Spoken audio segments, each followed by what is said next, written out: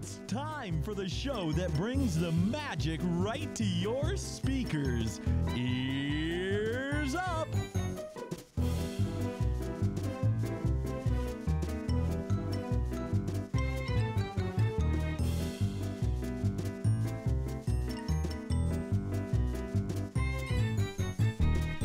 Hey everybody, welcome back. It's Ears Up Podcast, and I am nervous. It's understandable. You'll do fine. I'm a nervous Nelly here today. Folks, let me tell you why. We're going to talk to Garner Holt, the man, like the dude. You've seen his work in Disneyland and Disney World and literally a billion other, I'm not exaggerating, a literal billion other places. Yes. Go to his website, look at projects, and then be shocked by all the things that you didn't know that this guy did. Yeah. It's insane, yeah. I'm really nervous about it. And I'm a little bummed, to be honest, that our show format is set up the way it is, I suppose, because when Terrence was communicating with Garner's team, he was gonna have his his creative director or something like that. Yeah, which I think used to be a Disney animator too. Yep. I want to get him on. Yeah. They were gonna do like a video conference call and show us stuff. Yeah. And it would have been way more interactive, but we don't have the setup to do that. So I was like, unfortunately not. But it would have been really interesting for us. Oh, it would have been amazing for us. Yeah, they've done, they've done stuff for Marriott Hotels, Las Vegas Hilton, Chuck E. Cheese, FAO Schwartz, Orlando International Airport, which I've been to. I don't know. Foster Farms. They'd probably do the chickens. I guess. I don't know, That's man. Amazing. Museum of Science and Industry, the Health Museum, National Orange Show, Nevada State Museum, Legoland, MGM Grand, just everything. Yeah. Everything and everywhere. Like, it's insane how much this company has done. And when you go to, Bev's absolutely right. When you go to the site, you're going to be like, oh my goodness, that was them? Oh, wow, that's them too? Yeah. It's me crazy, I'm like looking man. through it now. I'm still like, huh. Oh.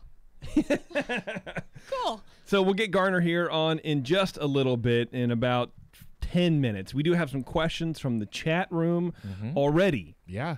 We had one dude already beforehand popping a question there, and of course Maddie on our Instagram account put up a little poll, not a poll, but basically asking for questions. So I got about 3 or 4 questions to ask from our listeners. If you guys are in the chat, if you're listening live, which you can do by going to our YouTube page, by the way, just drop your question in the chat, and if Terrence doesn't see it, I'll see it, or we'll do our best to ask it, because this is big. This is a big get. It's a big show. Yeah. Garner is a force in the industry, and I think I've said it before. He's up there with Walt Disney. I'm just going to say it. Yeah. And it just as far as creativity and the impact that he has had in theme parks, but just entertainment in general. Yeah. I think I agree. Maybe that's a little too blustery, but I'm going to say it, and I don't care. Hey. Oh, you're not even on over there, dude. There you go. Yeah, I moved over here so I don't have to keep leaning over. Moved over to Terrence's computer. Yeah, Terrence, of course, dealing with Alice today, which is, it's fine. Everything's fine. Everyone's been sick, man. Terrence got sick first. No, I think Alice did. Either way, I sort of missed it, kind of. But Alice is, she's not doing so great. Terrence feeling a little bit better, so we're here. We couldn't miss this show. I was actually planning out what would happen if I couldn't do the show. Wow. Yeah, Taryn was like, you guys might have to. Taryn said that you said that we might have to do it without you, and I was like, I guess Terrence is running the show. Yeah. I would send all my questions and all my notes to Terrence. Welcome to the Golden Girls podcast. All right. So Garner, let me ask you a question. Who do you feel was the stronger female character in Golden Girls? Oh, probably Dorothy. Just ask him nonstop questions about Golden Girls. He's like, am I on the wrong My gosh, show? that would be amazing. No, he'd probably be like, oh, yeah, I did something for episode blah, blah, blah from blah, blah, blah. Right. Actually, Blanche was animatronic. Yeah, she One was not a hundo. human. Yeah. Well, who's the old gal? Sophia. Sophia. Who's actually the youngest one on the show, funny enough. The little old Yeah, lady? she was Sophia the was oldest, the or youngest, she's the the youngest. youngest one on the show. You learn something new every day. JP's mind just exploded. Yeah, bro. You learn something new every day, but why did it have to be that? I don't know. You want to hear another really strange thing that I learned? Sure. Yes. So the show Out of This World with Evie Ethel Garland. Did you know that Burt Reynolds was the voice of the dad on that show? The alien dad who spoke out of Troy? the weird Out of that weird pyramid. Pyramid. I don't remember too much about that show other than Yeah. she stopped time by pointing her fingers at That was touching it. her fingertips. I just remember the very first episode when she's like, I have this uncontrollable urge to put my fingers together. I don't remember that at all. All I remember. What good And the theme writing! song. What great writing was that? We're like, Yeah. how do we can't do it. work this crutch, or not this crutch, but this trigger into this? Well, she just can't help herself. Love it. I love it. Let's go with that. Yeah, It's actually kind of hard to like constantly like make your fingers touch. Like I keep missing. Literally, you've done it 2 out of 3 times. Is there something about that chair or It's the mystery spot, like the Okay. Santa Cruz mystery spot, or like Right, some right. weird, backwater kind of place. Always has some weird like riddle cube where the laws of gravity, Right. and really it's just shoddy construction work. But I was trying like really hard. I did good, but Maybe but Bev has been a little weird today. Yeah. Like just kind of, she's A little kind off. of yeah. a little off? That's okay. whatever. I feel great. It's like she's taking too much Dayquil or something. She's a little on edge, in a weird chatty Good. sort of way. No, she's good. I think she's good. I'm just so excited to have human interaction. Yeah, because you've been sick too. Yeah, I died actually. Wow. All right. That's cool. 3 days ago. There's music playing. I'm actually just Preparation Bernie. for Easter. Yeah, that's what happened. I'm just rehearsing for Easter. It's Zombie Bev. It's all Oh, good. jeez. Speaking of all good, this episode is sponsored by Getaway Today, which is, of course, Disney's top wholesale partner. They'll help you plan your Disneyland vacation with the best tips and secrets, all while making it affordable with their discounted tickets, reduced hotel rates, and layaway plan. Head over to getawaytoday.com/earsup and start planning your magical vacation. Tell them Ears Up sent you, and use code Ears Up to save an extra $10 on your SoCal vacation package. We got about 4 minutes. I got to get through a bunch of stuff. We're on social media. The girls are doing great. They're All of them. killing it. Yeah, they are. Go interact with them. Brittany's like, I'm really excited for the newsletter. So if you're a Patreon supporter, now you get a newsletter twice a month. If you're not a Patreon supporter, that's fine. That's cool. You don't have to be. But there's a lot of content over there on Patreon. I'm not going to go through it all now. Right. But you should definitely go over there and become a Patreon supporter. You can do $2 a month, which is $1 a show, which is pretty reasonable. But if you go on the $5 level, that's when you start getting some stuff. And actually, anybody live who's a Patreon supporter right now, I do have. I apologize. I'm a little late on posting all the stuff, but like I said, man, we've been sick over here. You can send feedback on the show to Taryn at earsup-podcast.com. Show suggestions to Terrence. You can say hi to Bev, and anything comes to me, I'm Jason. Yeah, okay. 3 minutes. I just don't want to be late. No, I Yeah, don't. you're like, You know what I mean? gotta go. You know what this I mean? is huge, man. I'm really excited about it, man. I think Garner's gonna be a good dude to talk to. I think we're gonna have a great time. And how do I make a call? I'm quite concerned. My leg is I shaking. feel like I'm just going to be such a bystander on this. Like I'm just so excited to hear what this man has to say. I'm getting all my energy out now because I'm just going to be like, just sitting there, just listening, absorbing everything. I'm so excited. It is. I feel you, because for all that we talk about on the show about what we like about Disneyland is learning how stuff works. Yeah.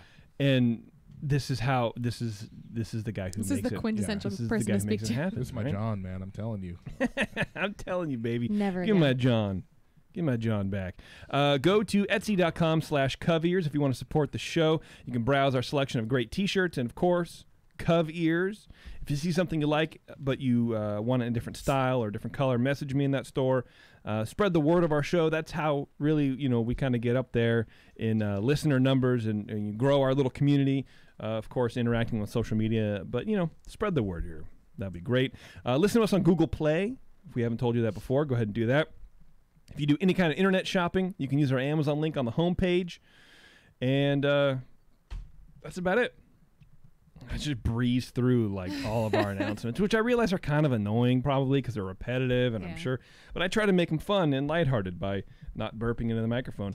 The 21st Amendment has been serving craft beer in the San Francisco Bay Area for 19 years, from their initial brew pub on 2nd Street, which is 2 blocks from Giant Stadium, of course, in San Francisco, to their production brewery and tap room across the bay in San Leandro. The 21st Amendment is now available in 29 states, which I think is all of them, really. All the important ones. All, right. yeah. All the states you want to go to. 2-1-8's there, including in and around the parks. Next time you're in San Francisco, visit the Brew Pub in San Francisco and their new tap room and brewery in San Leandro for some great beers and good food.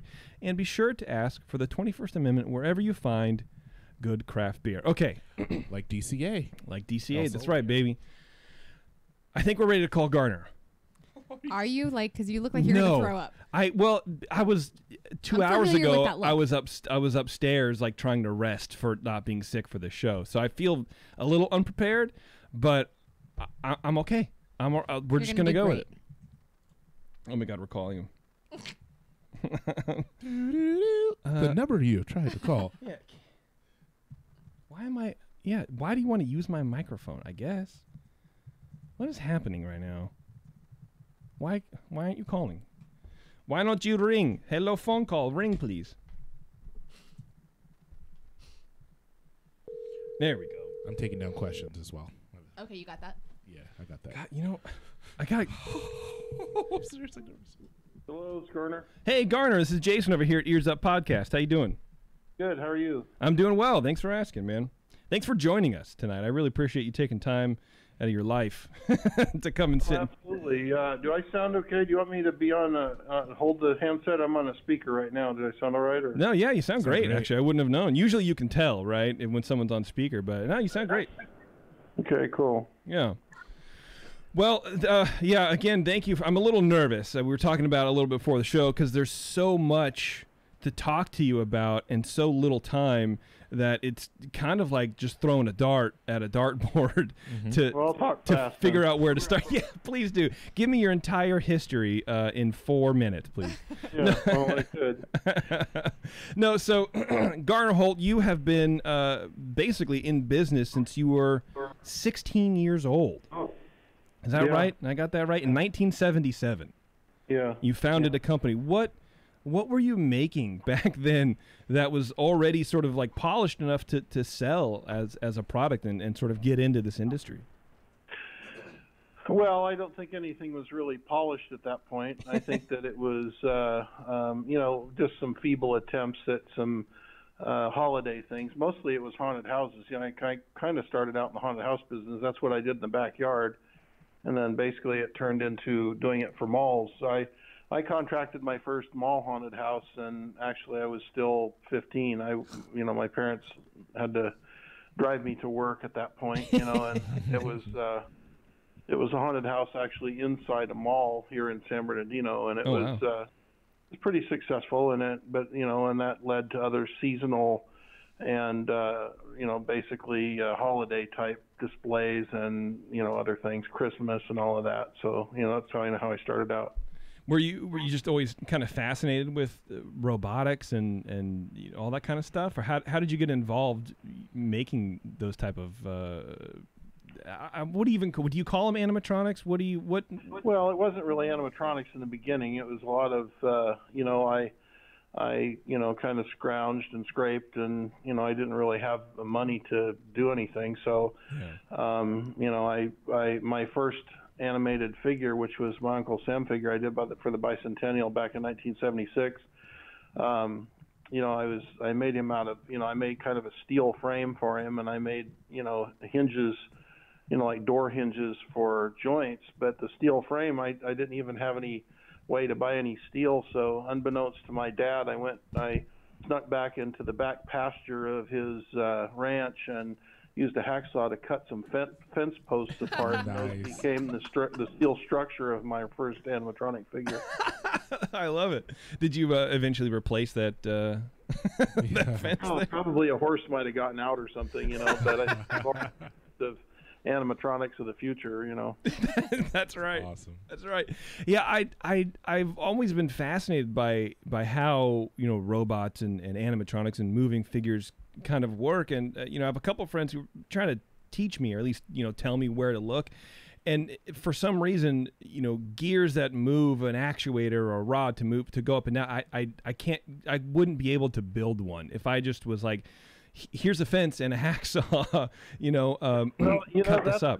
That's the problem right there. Is you know, you're basically right out of the gate, you're limiting yourself. I would differ with that. I would say if you said that to yourself, I will build one. You know, that's kind of what I did. I didn't know that I couldn't, and I just said, I'm going to go build an animatronic figure. And so I started out, and, you know, I started putting things together. But I had the mindset that I would do it as well as, you know, anybody could. And I didn't know that I couldn't. So nothing, you know, stops you at that point. You don't limit yourself, you know. God, I feel like we just got a giant life lesson right there. Absolutely. You seriously just changed the trajectory of my life. I appreciate it. I mean, that makes sense. Were you a big Disneyland fan at that point?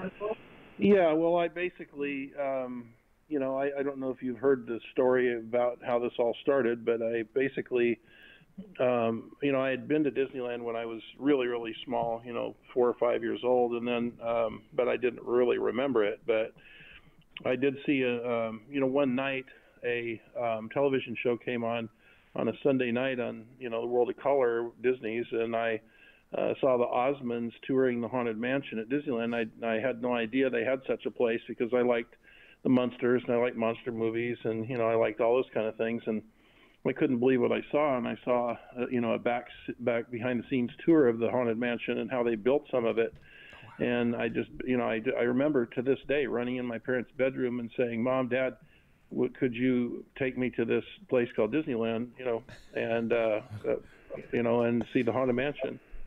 And Wow. They did. And I told them on the way home that's what I was going to do the rest of my life. Wow. That's amazing. How old were you then? Did you say? I probably was in the, you know, 12, 13 range, something of that, you know, era. Wow. But, you know, I after going there, I just was fascinated and, you know, wanted to learn everything I could about what I saw, you know, and how they made things. That's that's a good story. I have never heard that before, and actually, you know, looking at looking on the internet, trying to do some research for this interview for the show, there's really not a whole lot about you on the internet. There's, I think your Wikipedia entry is like 2 paragraphs. It's 2 paragraphs. And that's kind of it. You're sort of like the most non-famous famous person. Oh, really? Well, maybe that's good. I've been able to get all of the bad stuff off there that haven't I? That's right. Your your PR Paying the right person. people. That's right. Your PR person's doing really, really good. Well, Yeah. you know, if you know, try Googling Garner Holt Productions and Garner Holt. There's the things out there. There's even if you look up Garner Holt on YouTube, you'll see a lot of the things that, you know, even some of our more recent creations, our expressive head and that type of thing that we've done.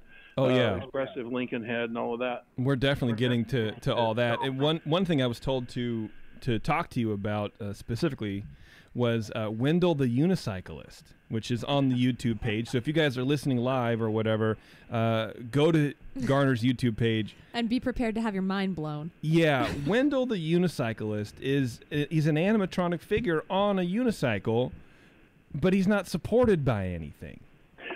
Yeah, well, it's kind of it's basically a mechanical magic trick, you know, like a lot of things that you see that you know, it looks like something's doing something, but it's, you know, it may not really be, but you can't really tell. So I basically, you know, I knew back in the beginning I struggled, you know, as I started to, you know, in the very early years of Garner Holt Productions. You know, I was the only employee for a long time, and, you know, I slept in a sleeping bag in the little front office, and, you know, I had friends come over for pizza and help me. But, you know, I went for many years doing that, just barely keeping the lights on and buying all my furniture at the swap meet and that type of thing. And you know, it was tough. But so I finally realized one day, I said to myself, you know, in order to impress everybody, I need to have something that impresses people. I need to build something that nobody's ever done, and something that really blows people away, you know. And because everybody else that had an animatronics company had a singing bear or a guitar playing something, and I thought, you know, if I could make something right, a unicycle, and pull it off, you know, I could impress people with that, and they'd hire me to do things. And that's really what truly happened after that. That got me my first theme park job. Wow. It worked. Yeah, and we were sitting here watching it before the show, and I've seen it a couple of times. And I'm like, you guys gotta listen. You gotta watch this thing, because you can't figure out how it And works. I was like, it's on a unicycle, yeah, but it's not falling. yeah. Beverly goes, that doesn't seem very safe. Don't worry, the animatronic will be fine. Yeah, it's fine. It's really incredible. It was very, very incredible. I've never seen anything like that. Well, you know, it took me about a year to build. I built the entire thing myself. The only thing I didn't make was the costume. I sculpted it and did all the, you know, mechanics and all the electronics, and really it was something I had to kind of teach myself to do. I made everything part of it, and you know, when I got it all finished, I was able to get it in front of, get a film in front of kind of a fast pitch in front of the chairman of the board of MGM Grand, who's building a theme park in Vegas. It's not there anymore, the theme park, but there was a small park behind MGM there for quite a few years. And, you know, he was impressed with it to the point where he gave me the contract to build all of the animated figures for the largest ride, the MGM Grand. It was called the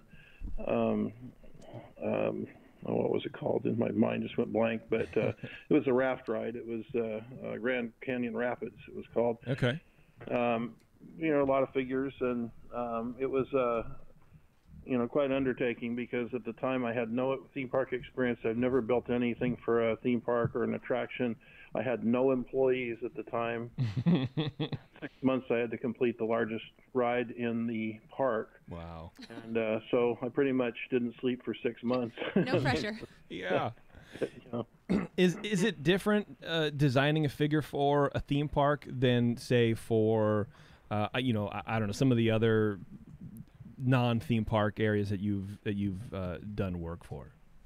Well, you know, a lot of times you see animatronics in movies and that type of thing, and when you get in the movie business, you know, a lot of that stuff looks really good and it looks really real, but it only has to last long enough to get it on film or tape, and then they can basically throw it in the trash. It's worthless at that point. And you know, the theme park characters need to be built for, you know, we build things for Disney and Universal, and they all, you know, basically the standard is they want a 20-year life.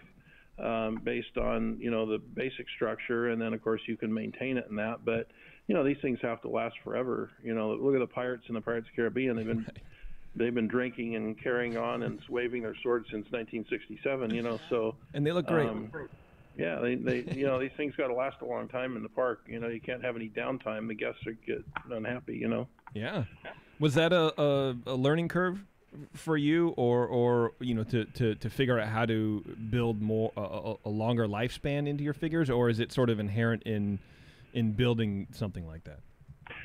Well, yeah, no, it's something that you learn to do. I mean, you know, we've you know, we're still building figures. We're the largest, you know, animatronics company in the world, and we basically have been around for 42 years. So we've learned a lot about what lasts and what doesn't last, and you know, what works and what doesn't work. So it's a lot of experience. And you know, I was, you know, as I was just getting into working in the theme parks, we also did all the Chuck E. Cheese shows in the country. Basically, the Studio C version that had the single figure. We did over 500 Chuck E. Cheese restaurant shows, and a lot of people poo-poo that and say, "Oh, that's Chuck E. Cheese," and that's not a sophisticated theme park attraction robot, but the thing about it, though, is when you build 500 of anything and you have years to study it and figure out, you know, how skins last and how bearings and valves and other parts of things, you can apply that to any figure you build. So, you know, it's something that, you know, we've built so many figures in the past and have had so much experience that, you know, we really do know what works and what doesn't work, you know. Yeah, I couldn't imagine anyone really poo-pooing Chuck E. Cheese. I mean, it has, you know, kind of a, you know, lower class, like you're saying, I guess, connotation. But man, I cut my teeth on Chuck E. Cheese, Exactly. going playing skee ball for That ball hours. pit was my jam. Right, and pumping those tokens in and watching the band play. Exactly. I loved it. And you know, Garner, you're saying once you brought up Chuck E. Cheese, that's the first memory that I have is looking up at that band playing. Not anything else involved in it, but that show to me meant more than anything else in that area. Exactly. Well, it's really funny. We have a lot of kids tour the place, and you know, we do a lot of tours and educational things for kids and try to get them excited about, you know, animatronics like I got excited when I was a kid. And you know, they come through here, and you know, some of them don't even relate to the Disney thing, but when you mention Chuck E. Cheese, they light up like light bulbs. They're like, "Oh, Chuck E. Cheese! That's, you know, that's I love Chuck E. Cheese." You know, so yeah, it's and it really expanded us when we got the job to do that over 10 years. We you know, that rocketed us ahead. You know, so it was very valuable for us to do. And but before doing research for the show, again, I don't know why I keep making sure that everybody knows I've done research. I don't know why that. Maybe I'm nervous, but I'm impressed. Well, thank you, appreciate that. I didn't even really realize that there were companies like yours out there. Right. I thought that, you know, if you go to, well, let's like MGM Grand, right, and you see there's a robot or you know, the figure I saw online that you did for FAO Schwartz, like the toy drummer or whatever. I'm looking at that right now. Yeah. I just would have assumed that FAO Schwartz built it. I don't know why. Maybe it's the kind of Disney mindset where you just assume that everything is in-house. Well, right, same. I just assumed everything at Disney was made by an Imagineer. Yeah. Well, you know, and that's the whole, you know, what they want, you know, of course, you know, you go to Disneyland and, you know, nobody really builds anything. It's just kind of, you know, pixie dust mixes together in the middle of the night, and then they just kind of appear the next morning. That's right. I've seen that commercial. Yeah. So, you know, but, you know, in reality, I mean, obviously somebody builds the attractions and the ride systems and the shows and lighting, sound, special effects, everything else. And we've got about 270 animatronic figures in Disney parks worldwide, in basically all of the parks, you know, so. Wow. How did you first get involved with working with Disney? Well, we started really small with them. Obviously, they weren't sure, you know, what we could do or who we were, and we started small with, you know, some window display things and some parade floats, and you know, we did a lot with parades for a long time. The Parade of Dreams, Mulan Parade, Hercules Parade, a lot of those earlier figures, and every time we do a figure, they'd be really impressed. So next time they wanted something, they'd hire us to do more, and pretty soon we were doing, you know, 6, 7, 8, you know, elaborate figures for a parade, and then, you know, so then they basically got their attention, and the big break came in 2001, early 2001, when they contracted us to do the Haunted Mansion Holiday Show for the Haunted Mansion at Disneyland here with Jack Skellington and, you know, Boogie Boogie and all the singing plants and the Pumpkin Mountain and Spider Tree and all the little teddies. And so we built that entire show, or not, when I say the entire show, there were a lot of other people that built some things, but we did all the animation. Yeah.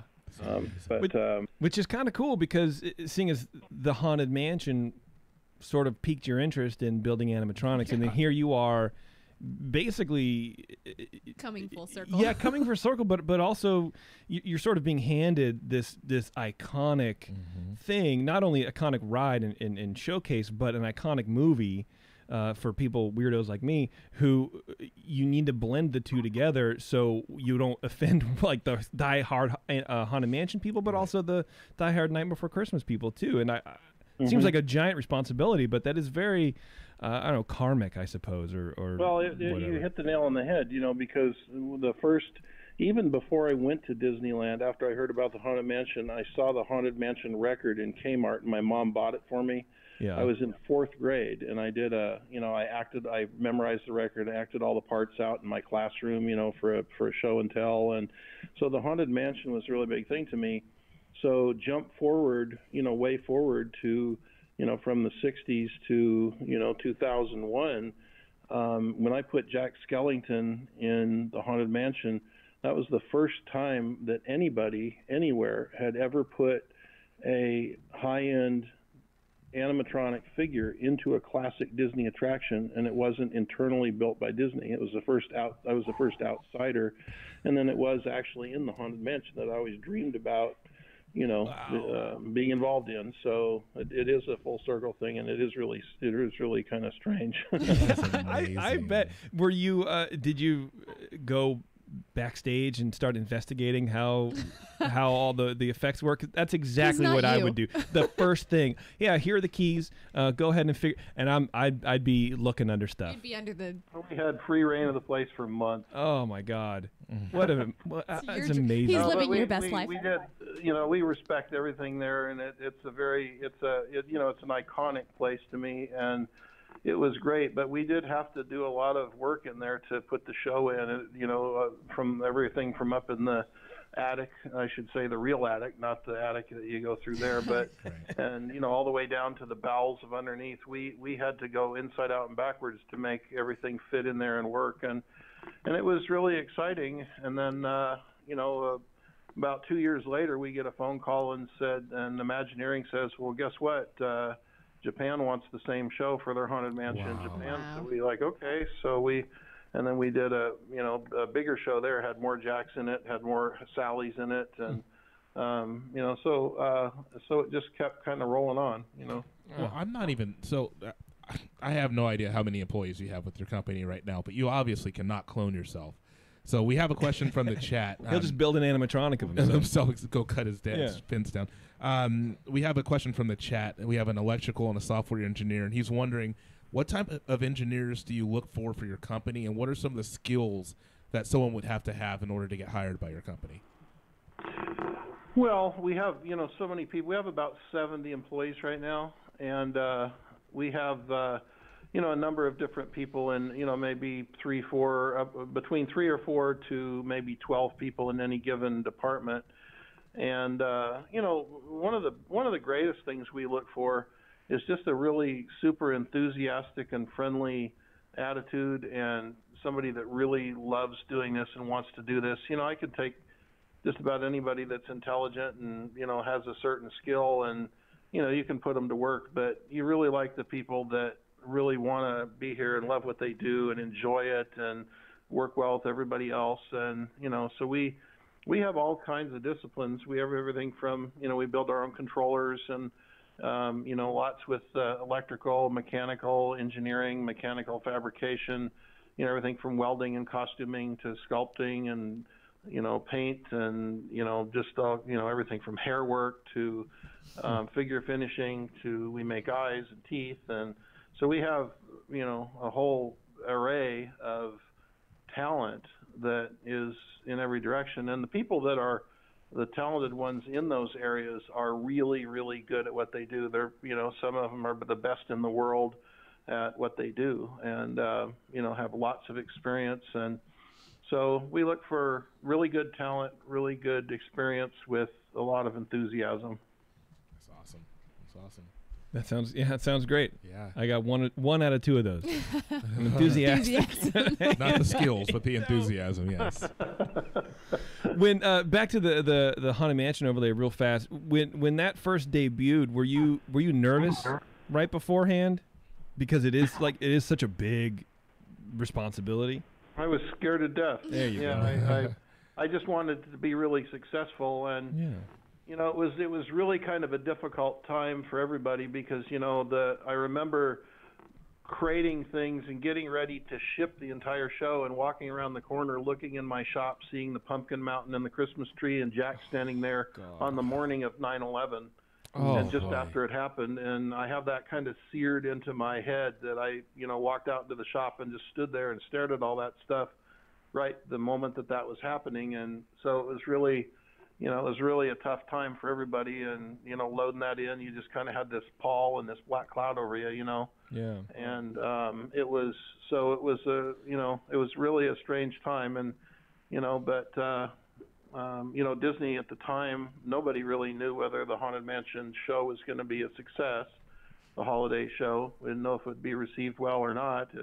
If it wasn't, it would have maybe gone on another year or so, but It was a smash hit in the beginning. The queues just filled up like crazy. You know, the queues at the beginning that were only 10 minutes long were now, 2 hours and 10 minutes. And the one that we put in Japan, I went over to see it in Japan, and fortunately I got to get sneaked in the front because the queues were like 4.5 hours long. Oh my goodness. Wow. Wow. Everyone's like, thanks, Garner. Great. Fast passes run out at like 11 in the morning. Yeah. Thank Right. you. Yeah, I'll be honest. It's the Haunted Mansion is my favorite ride, and that overlay, it's magical to me. You did really really good in bringing that vibe of that movie and the kind of design of the characters and the emotion and the feel, I guess, of it. Right? Yeah. Well, the show, we built the show, but the whole design was done really by Steve Davidson, who is one of Disney's true geniuses of show design and production. He designed us a lot of the bigger shows and parades and things, and it was kind of his baby. And we were really fortunate that he entrusted us with the fabrication of the whole thing to create, put his vision into real life, Well, I take it all back. It was an honor, Well, but I mean, that's exactly what you did. You took a vision and you made it into real life. Like, you turned that ride, which is iconic in its own right, into basically its own ride. It's not the Haunted Mansion ride. It feels separate. It's a different ride. It's sort of amazing. Yeah. Yeah, it feels separate, but in a good way. But in a good way. Like, there's enough things that kind of remind you that you're still in the Haunted Mansion, but it's completely it's like I don't know what words are hard right now. I personally like them both. There are a lot of purists Yes. who take their me, but by just about the time you're in summertime when the other ones, you've seen it enough, then the Haunted Mansion Holiday shows up, and then you get kind of a different show. That's the whole point, and it kind of helps it have a new life for a little while, and Keeps it works. fresh. Yeah, I agree. When you get approached with a project, the kind of design brings up something where do you ever execute something start to finish design wise and whatever, or does the client come to you and say, hey, I have a 20-foot chicken that I want to tap dance and you need to make it for me, or you know what I mean? No, actually we do have people come with the the 20-foot chicken, so to speak. we do have the ability to design internally. We have a design division, the creative design group, and we have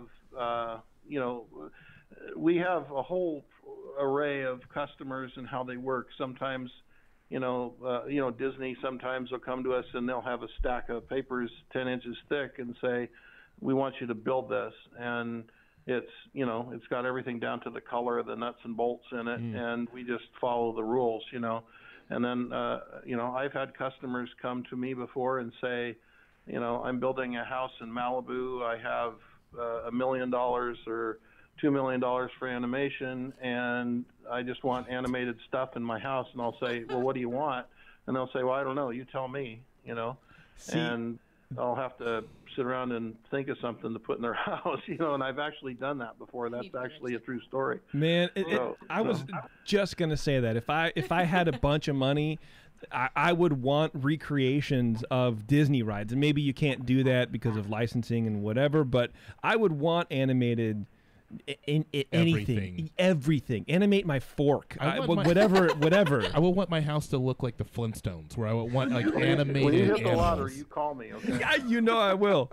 I will definitely do that because it just sounds amazing, man. Like the Vulture in Club 33. I would want that kind of just weird stuff, man. I would recreate the old Club 33 with the dining and have all the trophy. I don't know, man. I would waste so much money. I would be broke in 2 months.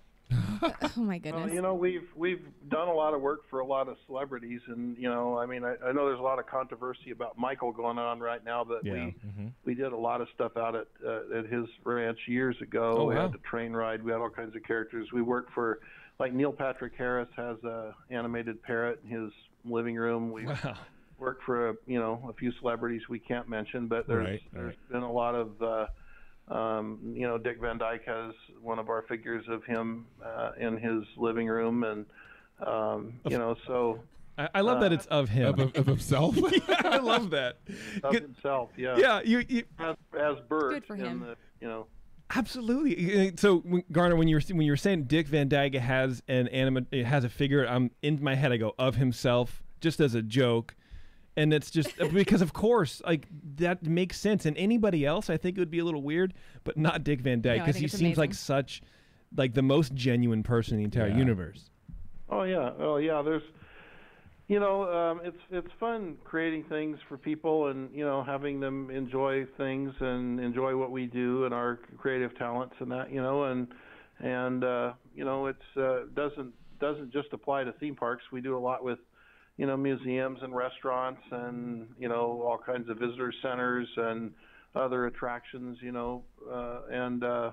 actually celebrity homes and that have been a big staple of our work. There's one particular home that we've done that has probably close to $10 million worth of animatronics in the house. Wow, is that John Stamos? Shut up. That'd be funny if it was. He's like, oh man. $10 million. Can you imagine? So yes. I think it's Robert De Niro just to make him stay the same you always age. hear those people that have 10 Lamborghinis in their garage. Well, some people want animatronics in their garage. So that's amazing. Yeah. Go ahead, Beverly. So I read earlier that. If you can. I mean, obviously you're not. I know words are so hard right now, but obviously you're not just working on one project at a time. You're doing multiple projects at a time. What's the largest number of projects you've ever worked on at one time? If you can well, for Disney, I remember when we were doing the Radiator Springs, we did 12 of the cars in that Cars attraction there. We did 12 of the figures that you meet in there, and we were also at the same time doing the 2 mermaid attractions, the one that was in DCA as well as the one in Florida that were identical. And then we were working on Mystic Manor in Hong Kong, so we had 4 more or less e-ticket attractions in the shop at the same time. It was several years ago, but that was a very busy time. That sounds rough. Yeah, that's a lot of project management. That's for sure. Yeah. I want to talk a little bit about animating these figures because to me that's mind-blowing in and of itself. But just thinking about the show and how animatronics move, and then the realistic Lincoln face that you were mentioned earlier, and I was thinking that getting movement right in art, it's kind of people have been trying to do for, I guess thousands of sculptures have movement and whatever, but even as recently as the latest video game, sometimes the movement kind of seems a little weird and whatever. How do you manage with figurines, with animatronics? How do you manage, I guess, programming a thing to move like in a realistic way? Well, people have been fascinated by things that move for centuries, and the automatons and things, and really fascinated the more they simulate life. You get into basically what is, combining art and technology to create the illusion of life, and that's what animatronics is. So once you do that, you start getting into humans and birds and things that people are used to seeing every day. Well, your mind even subconsciously can tell you when something's not right, and it's really hard to make a character look truly real. If you're floating by a pirate in the dark and at 6 feet per second, and you look up and he swings a sword at you or something, if you turn on the lights, it may not look that realistic. Well, when you get a face right in front of everybody and you try to do all the nuances of how a mouth works and eyes and everything else, it can be really difficult. But the challenge is that's where the fun is, and is in the challenge of doing that. So we put everything that we can together in our heads to develop the skins and the software and the motors and the drivers and actuators and skeletons and all that type of thing to make it all work. And when we get to the end, we study it and figure out what we did wrong and why it doesn't look right, and then we try to do it again, and every time we do it, it gets better, just like anything else. So yeah. But our goal is to eventually, just keep rolling with it and, see where it all takes us over time, Yeah. So from a technical standpoint, what's the most difficult project you've worked on? Not necessarily Disney. Oh, well, probably the expressive head that you talked about a minute ago. It took a lot of effort and a lot of time and a lot of money and a lot of people, and it was quite an effort. But there have been some Disney projects that have been really difficult, and over time it all kind of morphs together, and you expect a challenge. Everything's a challenge. Somebody, Yeah. but that's the whole fun of it in a sense. I mean, somebody can call you tomorrow and say, I want 100 singing canaries, and then the next day somebody says, well, I want a brontosaurus that's 80 feet long that's eating a Volkswagen, and you say, okay, well, we just basically say, well, what color is it? When do you want it? And how much money do you have? Oh, God, that would be amazing. It's so great. I would love a brontosaurus eating a Volkswagen. Are you kidding me? Yeah, go for it. That'd be amazing. Little ragtop. Yeah. You gotta win that Volkswagen. lottery. We get the gamut of people calling us.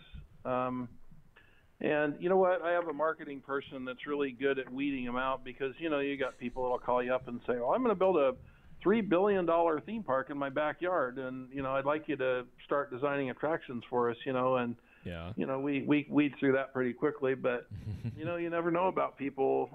We've had some interesting, eccentric people come to us with a lot of money and want some really interesting things. But what's the weirdest? Some things we don't do, though. I mean, way back in the very beginning, we had some people come to us now and then that wanted some, basically what would be a playmate that could really do everything. And we really didn't want to go down that path. Yeah. That's awful. I was really hoping you were going to say that, to be honest. Hard pass, Garner. There was a document. There's a documentary on Netflix right now about people, amateurs, building robots like that in their garages. And just once you started, I was really hoping that someone approached you and asked you that. Of course they did. That's so amazing. that was like 20 years ago. I could have, I probably could have been a billionaire by now. Right. On that path, but that's just not where I wanted to go. Talk about different paths you could take. Yeah. No, I think you made the right choice. I didn't want Disney to look at me and say, "You do what on the side?" Right. That would be, that would be. Well, whatever. Let's Yes, move on. let's move on. Let's move on with that one. Family show, guys. How do you push innovation, like with that expressive head? How do you keep improving? I guess. How do you find the time to try new stuff and to really push the boundaries of what's been done before? Well, that's kind of what's really tough, is there's never enough money and never enough time, Yeah. And so when you have jobs that are rolling through here that are really big jobs and, that we have to keep busy on, we try to do R&D as much as we can when we can, and, try to keep that rolling, for the future. But, it's fun, and it always gives me something to, think about that, if you start thinking about a new project and that, it's kind of exciting to think about what you can do next. And like I said, every time we build something, we, and this is true with almost any crafts person, if you build a car in your garage or you do this or you do that, whatever you build, by the time you get through building it, you have a great big notebook of things that you've done differently the whole way. Well, that's kind of the way we are. We'll have a giant notebook. It's like, if we do this again, we have hundreds of different ways we could improve it. And then you just look for the time and money to do it again, and then That makes sense. Then it, So, but we love to push the limit, push the, raise the bar, and, keep, Yeah. I mean, that it makes all the sense in the world. Go ahead, Terrence. So speaking of raising the bar and going in different directions, I need to read something real quick, and then I have a question for you. There's an article I found. It says, usually one goes to the salon for such services, but June prefers Garner Holt Productions, which specializes in making things look true to life. For 3 weeks, Garner and his staff of creative magicians adjusted and repainted the prosthetic arm, now known as Lefty 2. So can you tell us about your history with prosthetics for humans, how you got involved, and what else you've done? Because this article is about you guys basically creating a prosthetic for a friend of yours named June, correct? Well, yeah, it was a lady that worked for the city, and we had kind of an event for the city one day, and I'd never met her before. She walked in with a group of people, and she had a, you know, very nice, elegant older lady, June Durr. She was really, you know, exceptional person, and she had this horrible looking prosthetic arm. And, you know, come to find out later, like a lot of cases, you know, insurance only spends, you know, X amount of money on, you know, things like that. And that's why it looked like, you know, it wasn't really the right color, the right shape and everything. Mm-hmm. And so I gave the tour of the entire company, and I couldn't keep my eyes off of it. I kept thinking, oh my gosh, that's just terrible. It just doesn't look right at all. And, you know, at the end of the tour, I mentioned it to her, and I said, you know, if you'll lag behind, I'd like to talk to you. So she did. And I said, you know, I said, I can do so much better than that. And if you want to come back here, I said, I'll make you an arm that is, that you won't be able to tell the difference to your other arm. And I said, if, you know, I just told her, I said, I'll do it free of charge. I said, I'll just make it. Oh, man. And I did. And so, it really helped her a lot, because she, you know, would get, as strong a woman as she was, a speaker and everything, she would get stared at by kids and comments in the mall and things, and she found herself not wanting to go to the store, because even as strong-willed as she was, it bothers you when people stare, you know. And after she got that arm, she found a whole new feeling about, you know, getting out in front of people and everything, and so worked real well. She's become a very good friend. She's a very close friend. At that time, I didn't know her until we started that, but I've known her now for many, many years, and she brings it in every every couple of years. She brings it in for a tune-up. She calls it Lefty, and you know, she brings it in for a tune-up and a repaint. But yeah, it's been kind of fun. I've done a couple of, you know, prosthetics like that. Just not really, I'm not really doing it, and that's not what we do for a business.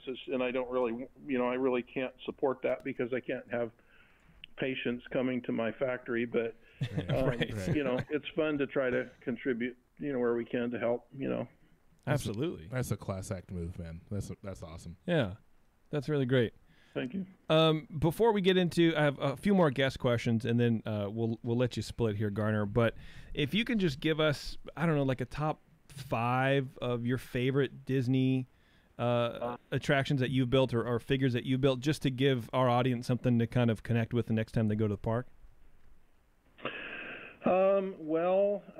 And it can't all be the overlay for Haunted Mansion. Yeah. No, Radiator Springs I like the Mermaid. We did a bunch of the monsters and the monsters thing in DCA. We did a lot of the Nemo attraction. We have figures all over the park. In fact, we've replaced a lot of the Tiki Birds. Oh, wow. A lot of the figures in Small World. We've you know, the Buzz Lightyear ride. Almost everything that moves in the Buzz Lightyear ride is ours. We did 4 of those. 4 of those rides. We did Hong Kong, Japan, Paris, I believe, and out here in California. And then let me see what else. A lot of Jungle Cruise characters we replaced. You know, the elephants in Florida and the Jungle Cruise. We did their skins. We did Mermaid in Florida too, as well. The dragon, Phantasmic Dragon. Oh, the snowman in the Matterhorn. We did the recent snowman change. That was okay. He seems to be real effective. Everybody seems to love that guy. Oh, it's amazing. Yeah, I was again, I was a little leery of kind of the upgrade. And then I saw that thing, and if I didn't have a restraining bar, I would have been out of there. It's one of the best plus thing I've seen. It's really, really good, his man. Movements are just like the movement. It's like a person wearing a suit, like trying to attack you. And it's the facial expression, the sculpture, like all of it. Yes, it's great. Yeah.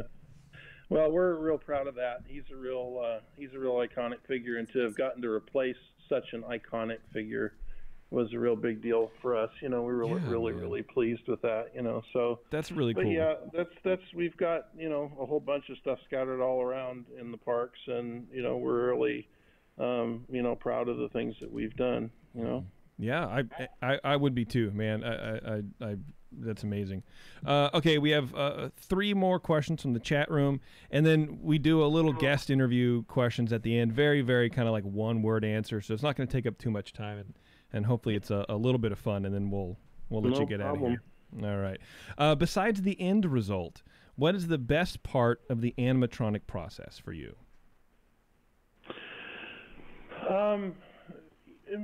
You know, when you really kind of when you turn it on for the first time and everybody stands around it and goes, oh my gosh, you know, and you know, if you've really nailed it on the head, and you know, sometimes, you know, just like anything, some look better than others, but it's really great to have, you know, kind of like the one we're just talking about, like the Matterhorn character, you know, when we first fired it up in the shop, you know, just was stunning, and everybody's full of smiles, and then you get the client out and they're full of smiles, and everybody's, you know, looking at it going, wow, this is really cool, you know. Yeah. That makes you feel really good. It feels like you really accomplished something, you know, that it's going to be good in the attraction, you know. So absolutely, it's always fun to experience that, you know. Cool.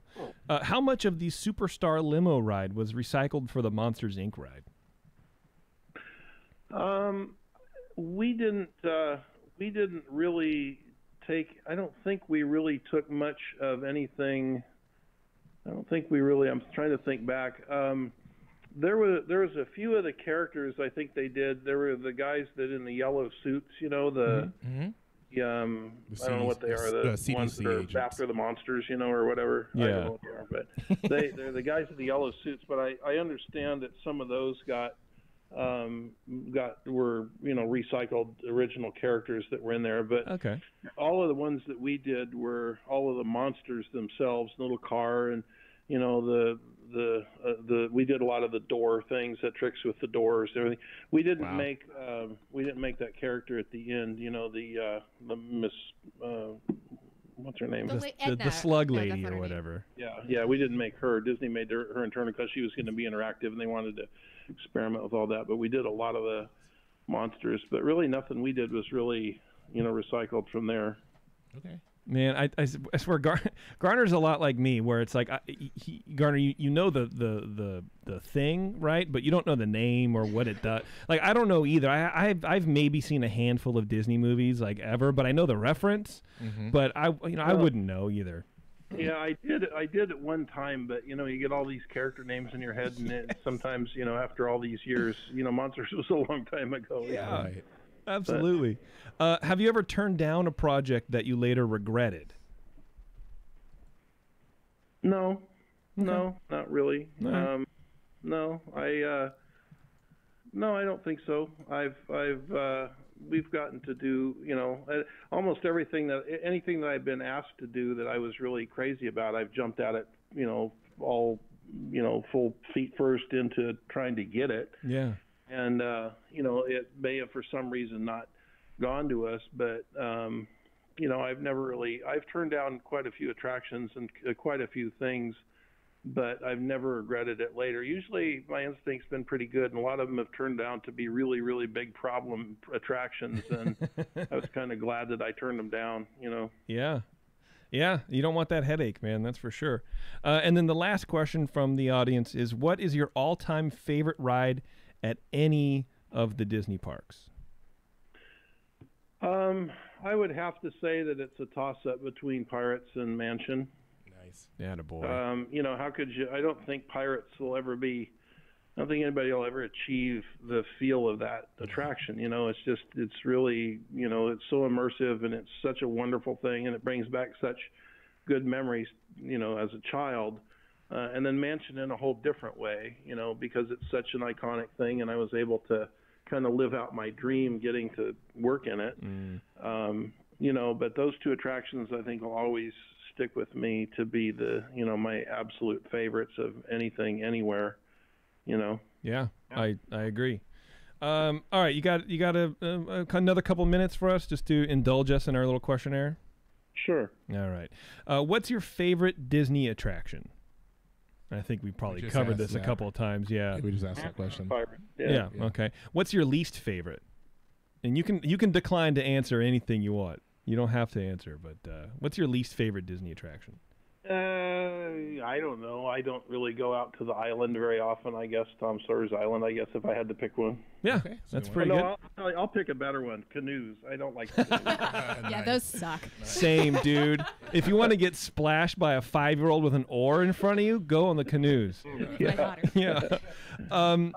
Pie-eyed Mickey or round-eyed Mickey? Which is better?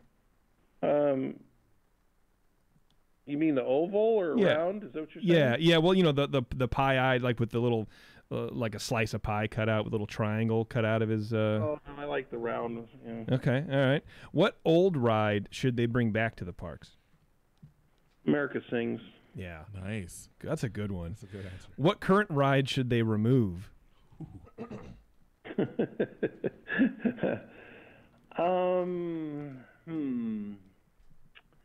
That's a tough one. That's a hard one to. I don't know. I think Yeah.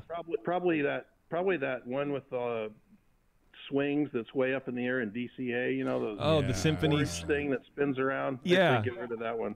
Yeah. Yes. That it's funny because for all of Walt not wanting to make it look like a circus or a fair, Like a carnival. Or that's carnival. a carnival. Yes, exactly. That's the quintessential carnival Yeah, ride. absolutely. So that's pretty That's where fun. it should go. Yeah. How's it? Who's your favorite Disney character?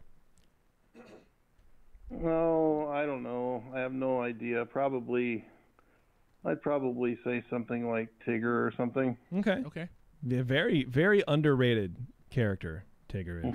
And then finally, if you could travel back in time and meet Walt, what would you tell him?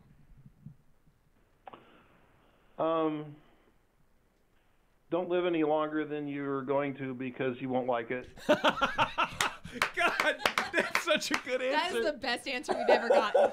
Oh my gosh. And it's 100% true. I think I love Garner. You can be a regular for now on. Yeah, Garner. that's so good. Garner, where could people go to learn more about Garner Holt Productions? Well, our website, our website's a little weak, but it's garnerholt.com, and then look on YouTube, look up the heads and things that we've done, and Definitely go to YouTube. If you Google different versions of the things, Garner Holt Productions, Garner Holt, whatever, you find a few things here and there, but we're pretty quiet, I guess. Most industry knows who we are. Right.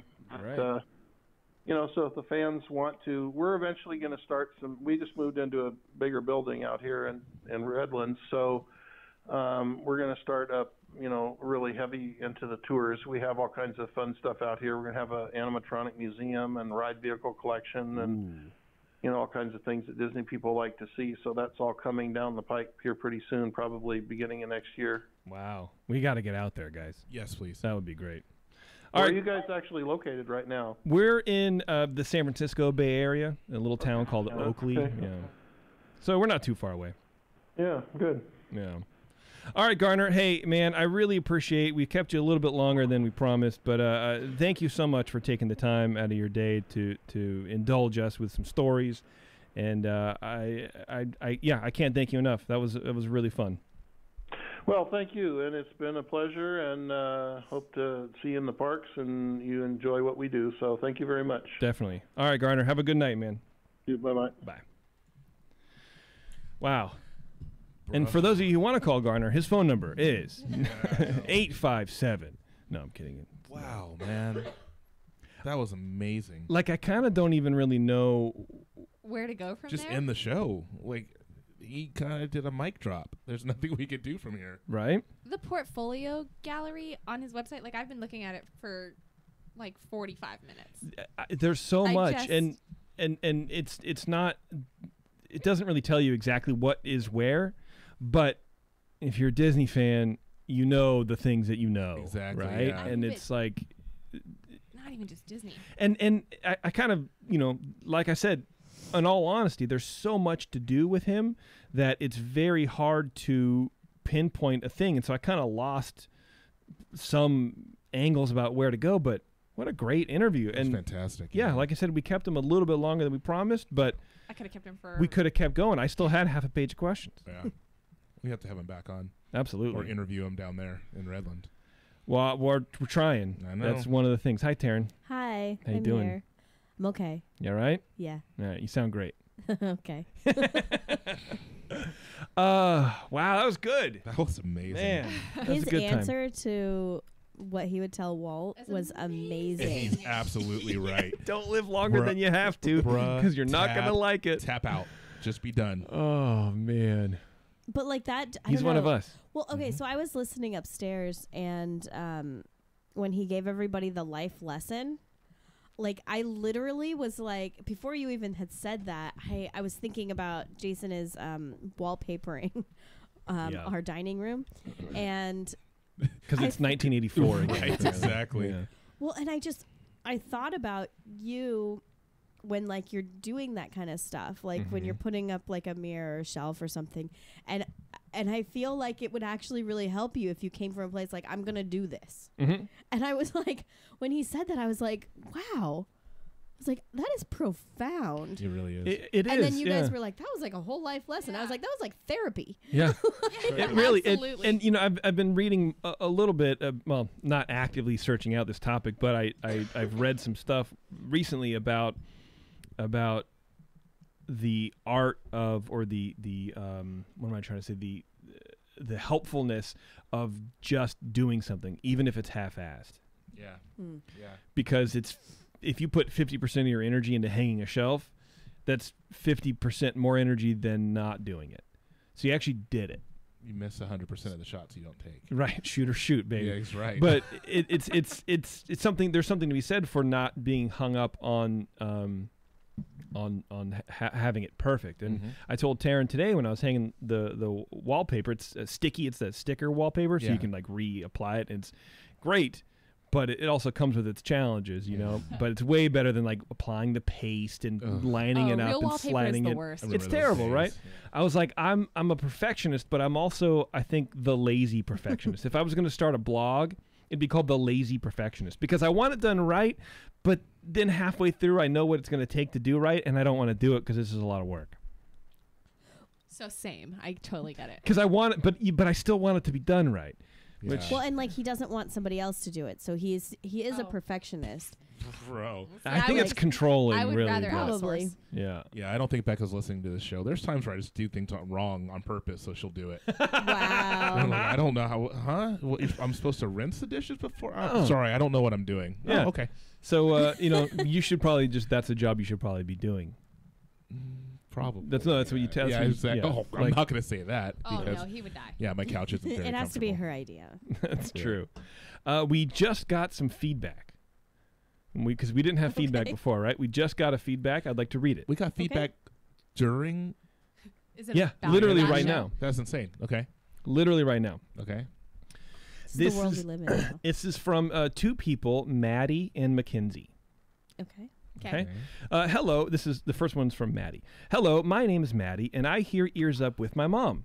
And I like listening to it because I'm going to Disneyland on my birthday. Oh yay! And I am 6.5 years old.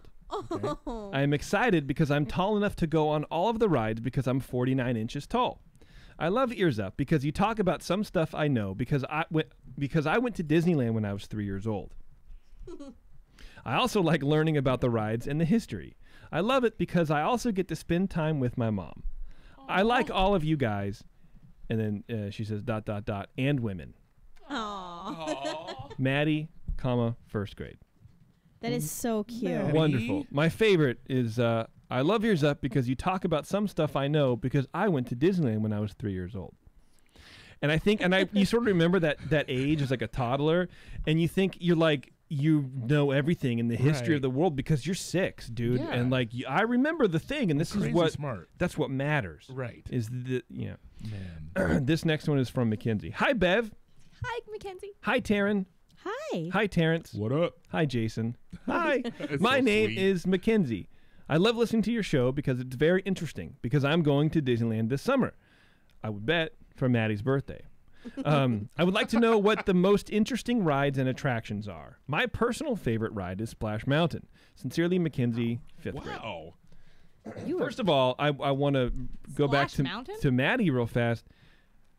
Dude, you're 49 inches tall. That is like a whole other park. Your world is Like open. for real, man. Right. Like Yes. Disneyland gets so much more interesting and there's so Yes. much more stuff to do. It's so much better for your parents. But also have your tall shoes ready. Have your tall shoes ready. That's a tall 5-year-old. 6-year-old. Six- I'm sorry, 6 and a half. 6 and a half. 6 and a yeah. half. All Forgive right. me. What are the most interesting rides for Mackenzie? 5th grade. So what is that? 10?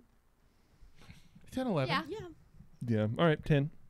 So interesting rides. What is interesting? I mean, obviously, you probably Mackenzie, you've probably been doing not Splash Mountain, Haunted Mansion, Pirates. Those are probably things that you've been doing forever. On Splash, then she's done a lot, I think. Yeah. I don't know, maybe the new Incredicoaster.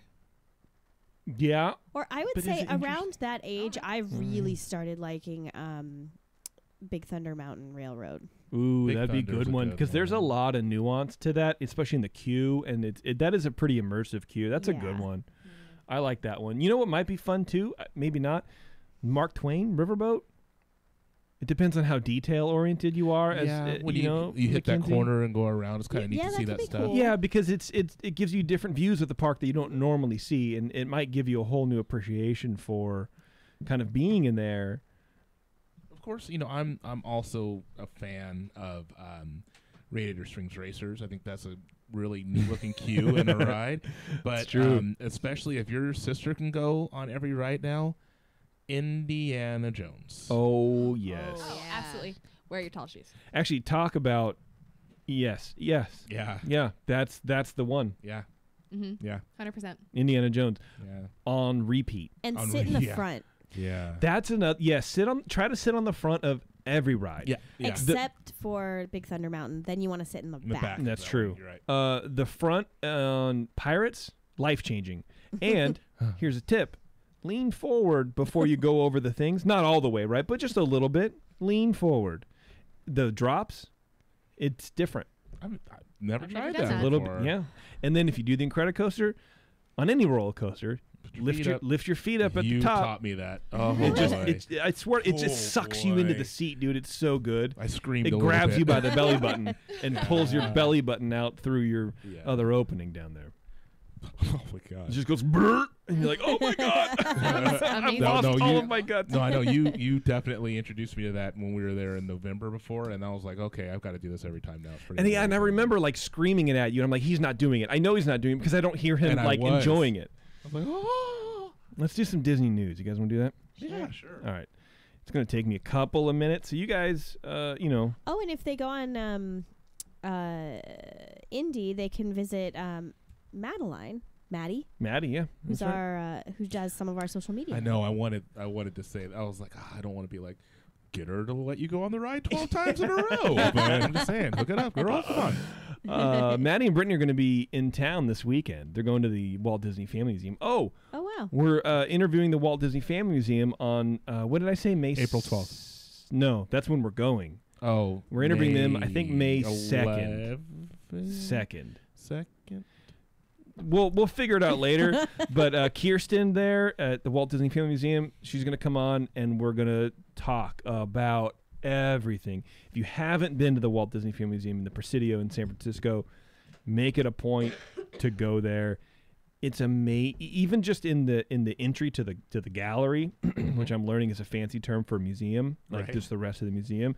But in the entryway there, they have not all, but a good chunk of awards that Walt Disney Studios has won over the last whatever years. It's just amazing. There's the amount of awards that homie won. Yeah, if you want to see an Academy Award, that's where you go. And also, or 8 of them. Yeah. What? Well, also the one that they won for Snow White and the Seven Dwarfs, they made a special one. So there's the gold man statue, and then there's 7 little tiny ones. Oh, that's amazing. Yeah, it's really cute. Yeah, it's good, dude. It's good. It's a good time. I'm really excited to go. So we're going to be there, like Terrence said, on April 12th, shooting a little video with our buddy Nick Goulan. Did I say his name right? I don't think I've ever asked. I never say it right. Nick G. Nicky G, baby. G. When I see him on Instagram, I just am like, oh, Nick Googlian. Julia Goulia. I know it's wrong. I'm just like, okay, that's his name. Oh, that's very wrong. But you know what? He's on YouTube, man. Check him out. He does some great, just little videos about his life and just stuff. He did one about changing a tire, and it was interesting. I don't know why. He's so talented. He's so talented. And I know I've talked about it on the show several times, but that's why I wanted him to do this, because I know he's going to do a great job. He's a great editor. He has a feel for just. I don't want to be too film school and say the emotion, but he has a feel for the emotion of what's happening. Either it's lighthearted or whatever. He has a feel for feel. That's true, baby. The guy's amazing. All right, what was the last thing? I'm going to cut some of this out because I just didn't have all my news opened up in time. So after this, at 9:30, we're going to do a secret show, everybody, the secret show for February. And it's going to be good. Terrence and I are going to basically make up a drink based on the ingredient list for one of the new Trader Sam's drinks. I would like to make a bet that Terrence's drink looks like a swamp. It won't. Not with that stuff in there, but I'm willing to bet that Jason definitely wins. You think so? You have you're more tiki than I am. But I haven't really done much. I'm good at making shots. Shots, I could do that. shots. Man, I've lost my place in like where to. I guess I'll go there. You and I do guess though I'll go have the here. brightest tiki shirt that I've ever seen. It hurts my eyes. Yeah, it's real loud. You Yeah. got squint. You need So I mean that shades. does give you some tiki clout. But he's not wearing it right now. That's like how Jason Terrence is. hits that loud. He puts that shirt on. What's up, baby? Okay, we did that. We I don't know did what that that. That'll be a good one. This is my thought process, my brain right now. I'm Google imaging, searching. Google imaging. Words are still hard, guys. I'm Google image searching. Yes. Pictures of the Walt Disney Family Museum. I want to be there now. You never been? Never been. I Oh, know. it's cool. Homie. And the worst they have ever. food. Oh, hell yeah. God. They have macaroni and cheese. Oh, done. I'm going to live there. You know what? I don't remember if I talked about it on the last show or not, but their merchandise, You You did. did. super reasonable. Yeah, Yeah. bring money. Oh, my God. Don't worry.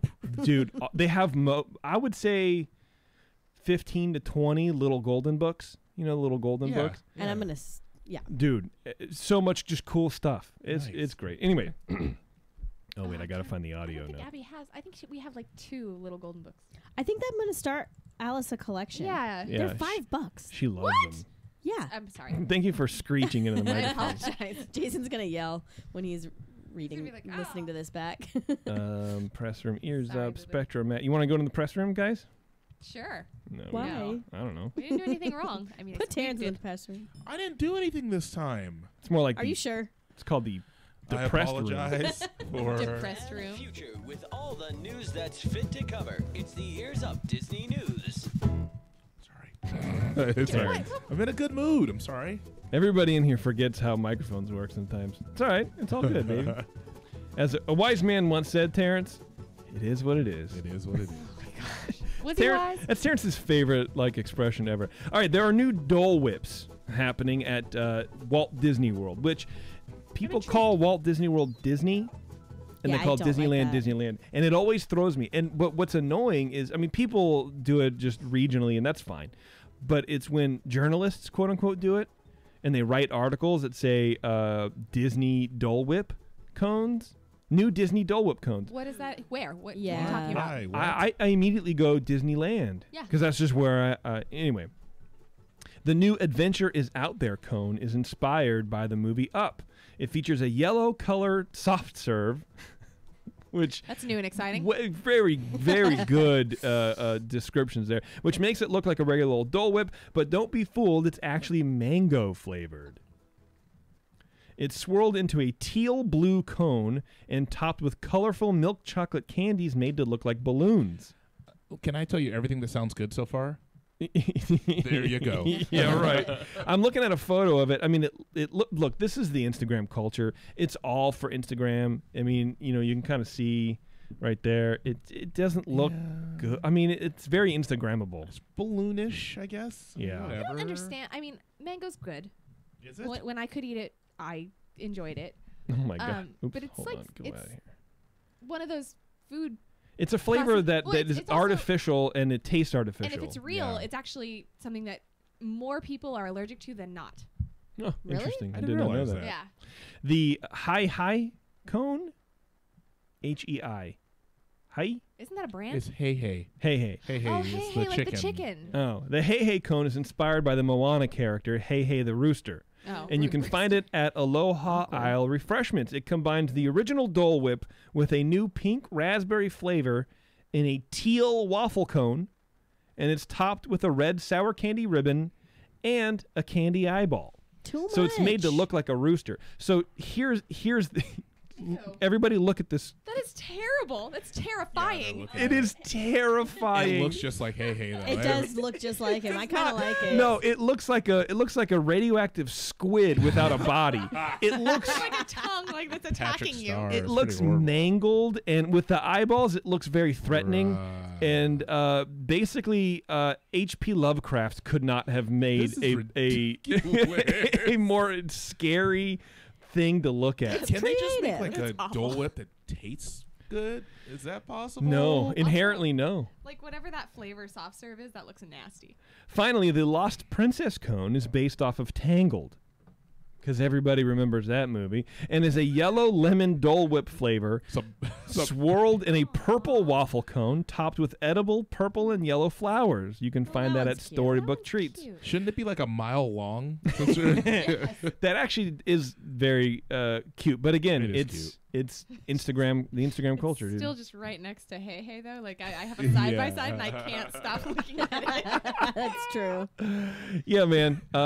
Anyway, if you're a Disney World frequenter, hit it up. Oh God, look at. There's a bigger picture of them. Oh, see the fat one. That doesn't. Yeah, those are stupid. And to make sure that everyone knows, when she said the fat one, she is talking about the ice cream yeah. cone and not the person Sorry. holding the ice cream cone. Yeah, they like soft serve. They they did it real fat instead Oh, of okay, thin. yeah. Which you don't get. If you buy that, your cone will not look like that. It's going to Yeah. look like Well, it's also That's just gonna it. be hollow Squash in it. the center. Yeah. Dude, that was the worst. Get the Dole Whip. Yeah, who was that? You?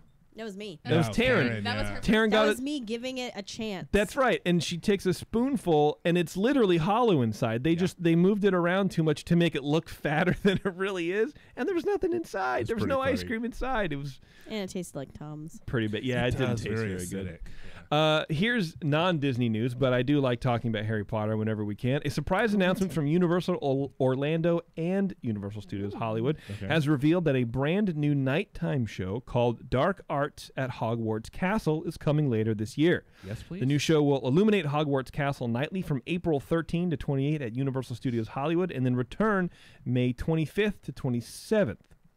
And Orlando's will be announced later on. It'll cast a spell of light, music, and special effects, unleashing the darkest creatures and villains into the wizarding world, including he who must not be named himself, Lord Voldemort. Guests will have to summon their inner strength and courage to face this dark magic as it comes to life during the light display. So I would imagine maybe it's like a kind of a crowd. You know how they used to do like with the Jedi Training Academy, kind Right. of pump the Oh, kids yeah. up a little bit. Maybe it's something like that. Probably cast a spell to put the shield around Yeah, the castle. probably. Or something, yeah. As darkness falls in Hogwarts Castle, Dementors, Death Eaters, and other creatures from Aragog and the Mountain Troll to Thestrals will cover the castle in sinister imagery from the darker side of Harry Potter. This won't last long, as a powerful Patronus spell will be cast to defend the guests against the dark arts. Oh my god! What just happened? Dark arts, it just kind of got real nerdy. I don't know. That's my nerd voice. I'm drawing this out on graph paper right now.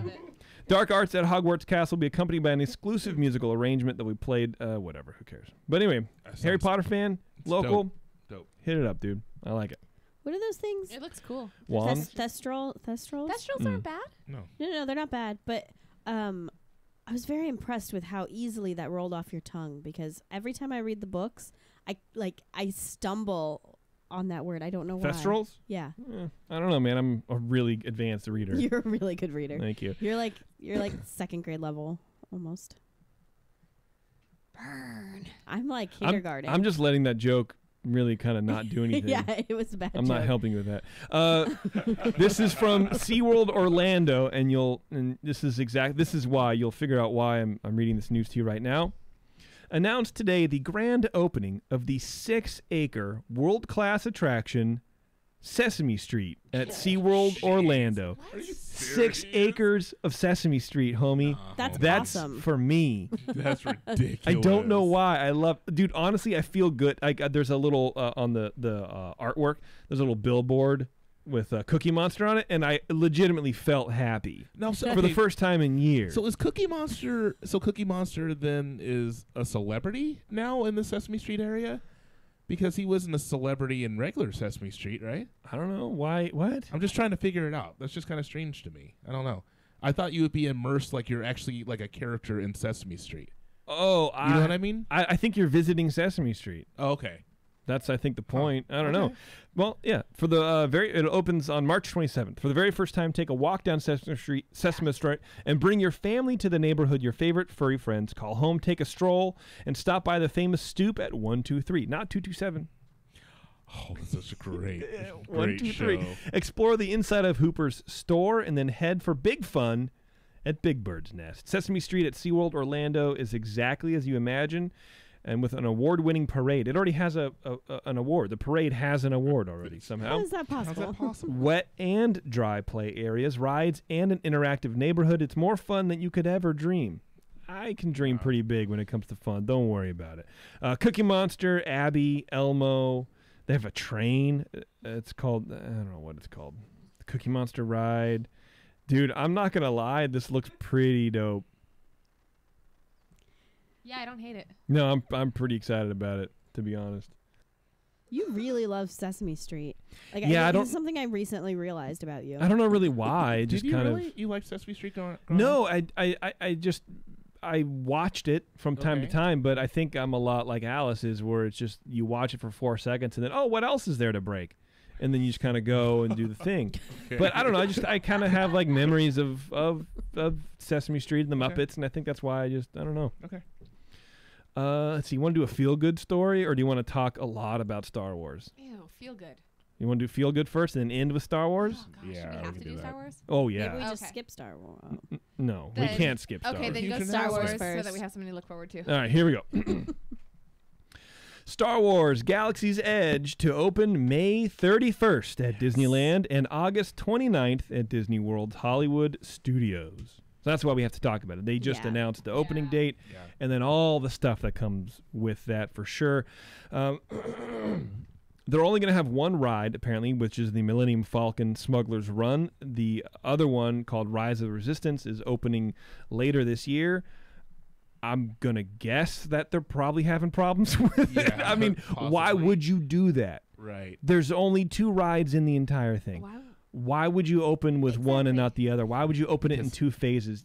There's something, come on. Unfortunately, they had already announced that it was going to have a June date, and speculation was going to be like the 27th of June, Mhm. around there.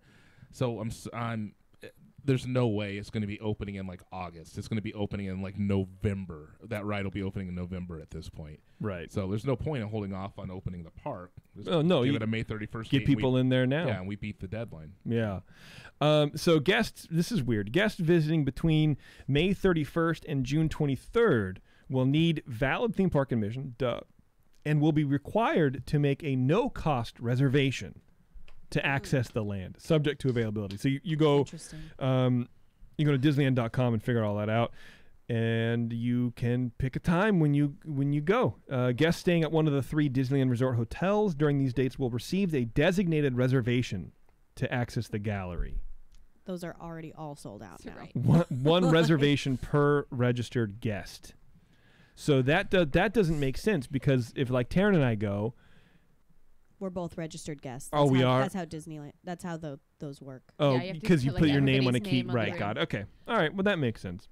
But it means you have to register all your kids. But like, yeah, Mm-hmm. but I mean, how many? So this seems slightly flawed to me, simply because how many people aren't going to check the Disneyland website and show up because Star Wars Right. is open now, and but they're not going to be able to access it, which means Disneyland is going to be terrible. Yeah. I think it's actually a good idea. I like that idea of having people make a reservation to go in for crowd control. I like it too. I think it's a good idea. I think that's what they need to do for another couple years, to be honest with you. It's going to be So insane. they're saying that Galaxy's Edge will not be included in Extra Magic Hour or Magic Morning at Disneyland Park. Makes sense. Neither is Toontown, so you can control that. It's true. That's okay. Toontown should be, but I think Toontown's because no one goes there. And Toontown doesn't open. Like, that's weird. I've been to Disneyland at Rope Drop, and Toontown opens like an hour later for 'Cause some no one strange wants to and reason. then go it there. closes early And then it too. closes Doesn't early. exist. Poor I don't Toontown. know. Should be the name of our next show. Why does Toontown It's actually really exist? cute. If you like walk through there, it's still really cute. It is. And that's not even a rebuttal. It is. Hated Yeah. it. It really So is. let's But talk that's kinda about it, I some of the guess. stuff that you can do in Galaxy's Edge with the Play Disney Parks app. We've talked about it a couple times on the show leading up to it. They're really focusing the app on your interactive experience in the park. So bring your battery chargers. You're gonna need them a lot. So there's something called Hack. You can hack stuff. This is a quote. Since the first order arrived at Black Spire Outpost, they've started uploading a surveillance system to the door control panels to monitor what's going on the outpost, says Anisha Deshmane, an assistant producer with Imagineering who helped develop the interactive elements. Obviously, the Resistance may not want their actions to be tracked. They'd like to fly under the radar, so they're trying to fight back. Apparently, there's a lot of surveillance boxes embedded in the walls around town, and you can use the Play Disney app to hack into them by solving a simple puzzle. Then you can choose to either deactivate them to help the Resistance or reactivate them to help the First Order. Now, I don't know which is which because in my mind, they've changed names and factions so many times. The Resistance is the Rebels. And the First Order is the Empire. Yeah. Can you just... You'd think like with a company built on theming, you just stick with the theme. Let's stick with the theme. Right. Okay. Anyway, as time goes on, the game runs out and a winner is declared. I don't know what that means. You can also scan and translate stuff. You can some of the labels are encrypted on things, and you can solve a puzzle to get to decode the thing. So I think what they're doing, they're keeping you in the land, but maybe out of the ride queues. Right. To do some other stuff. But it also just kind of feels like a lot of what they thought Indiana Jones would be. Yeah. People are going to stand around at the code stuff. No, I want to get on the ride, dummy. Exactly. Anyway, eavesdropping, apparently. It's called tuning. This means listening in on broadcasts happening between the Resistance, the First Order, and various underworld gangs. There's communications going through all the antennas that you see scattered about. To get an idea of what those transmissions are, you will open your tuning tool, which is very good alliteration, and you can locate transmissions that are being passed back and forth, sometimes between factions, sometimes it's just between villagers. Reminds me of those phones you could pick up in like the old coffee shop or whatever. Yeah. Occasionally, the intercepted texts look like gibberish, and another puzzle must be solved to decode them. So far, it sounds like a lot of work. I'm not going to do. I'm going to like read about it online and get the backstory if I cared about. Anyway, you can get hired. It's a bunch of stuff. A bunch of stuff you can do. Okay. All right. I'm honestly actually kind of excited. Like as these details are kind of coming out, it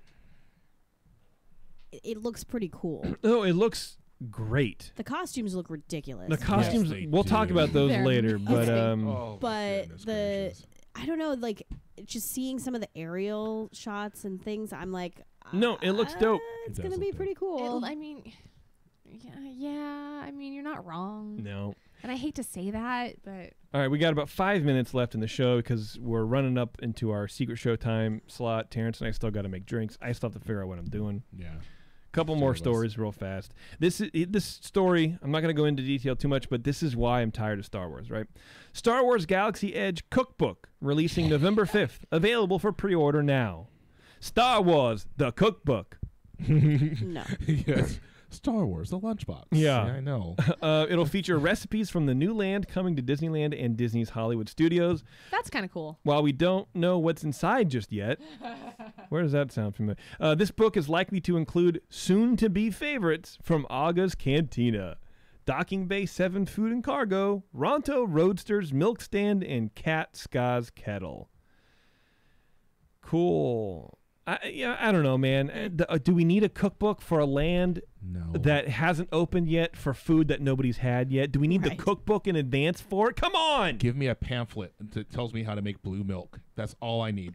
I don't need Blue food anything colors. else. And it's not even milk. Go figure. Blue milk isn't milk. I didn't know that. We're going to talk about it on Secret Show. It's, what do they call it? Plant-based dairy. Are you kidding me? Right. So it's like soy? But there's no dairy in plants. Right. So it's literally... Anyway, we'll talk about it later. All right. We'll skip this one about angry fans that are already review bombing Star Wars 9 months before it's released. I think that's funny. Okay. Here's the feel-good story. North Carolina restaurant owner takes staff to Disney. Again, Disney not Disney World, Walt Disney's World. Walt Disney World. Walt's Disney World. Walt's Disney World. Thank you. What are you doing, Taryn? That's all right. Nothing. Don't worry about it. All right. I'm not worried about it. A North Carolina restaurant owner made dreams come true for her employees with a magical trip when Gypsy is her name. Is her real name. Gypsy Gilliam, owner of the State Farmers Market restaurant in Raleigh, this is North Carolina, stole several babies in the village. No, I'm kidding. Said she was going to load Gypsy. Said she was going to load up the employees and take everybody Said she was going to load up the employees and take everybody to Disney World after Christmas. Many of her employees were skeptical. I would be too. Can you imagine if we got told that we were going somewhere cool and we're like, sure, dude. Yeah. When we were told we'd be going to Disney World, and of course, nobody believed it, said Jasmine Camel. Jasmine Camel. Jasmine Camel was skeptical of Gypsy. Okay, I feel like this whole thing is a sham made up by. This is The Onion. It's got to be. Was this released? Gypsy. This was released Camel. on April 1st. That's Oh the my problem. goodness. Yeah. The rumors, however, were true. Gilliam closed the restaurant for a few days, loaded up about 20 employees and their families in wagons, and headed off to the next village to scam and took them to Disney World. It was so amazing, I cried a couple of times. Camel told the news outlet, "I could cry right now. Do you want to see me cry? Because I'll do it." Are you calling me a liar? I don't think she'll ever understand how grateful we are for what she just did for us. The 50 or so guests didn't have to worry about anything. The rooms, tickets, and food was all covered. Tripping. That's insane, dude. Bruh, 50 people. Nope. PB&J sandwiches for everybody. All right, here's your bologna and cheese sandwich. Here's your bologna. Mine smells wet. Our boss won't even take us camping.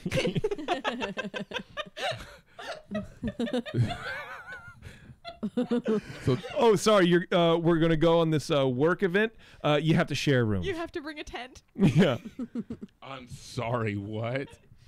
Secret show. True story. Bev and I have shared rooms on multiple occasions at work events. Yes, that's true. We are different genders. I have a 5-year-old son, Jessica Burr, another employee, said, "I don't know what the future holds, but I know this is something I wouldn't be able to do for my son. I'm forever grateful to Gypsy, and I don't have any idea how to pay her back. Has anybody seen her?" Anyway, I think that's cool, but then the cynic in me goes, just give him a bonus, dude.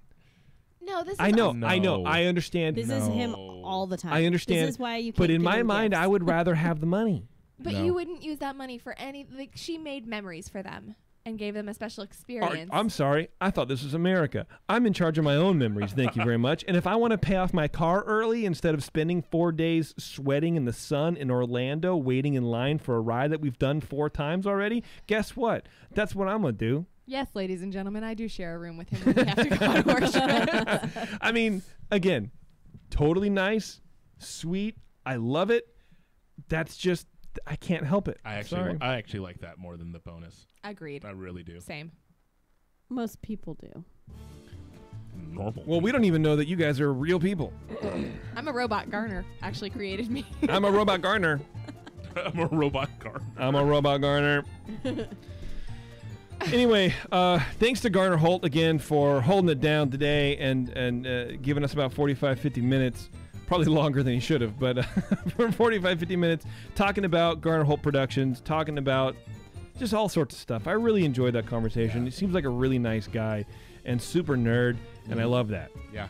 He fits right in. Also, thanks to GetAwayToday.com for sponsoring today's episode. Whether you're traveling to Disneyland, Disney World, or beyond, head over to GetAwayToday.com/earsup. And don't forget to ask for 21st Amendment beers wherever you find good craft beer, like DCA. All right, everybody. If you're listening live, hang on. It might take us a little bit longer than the show posted time, but we'll be back with the secret show. We got a lot of good news for you. If you're not listening live and this is the last show in the queue for you, sorry. Become a Patreon subscriber at patreon.com/earsup. You can get all the secret shows, go back, listen to stuff, go to Spectral Radio and have a good time, whatever. Until next time, we'll see you in the parks.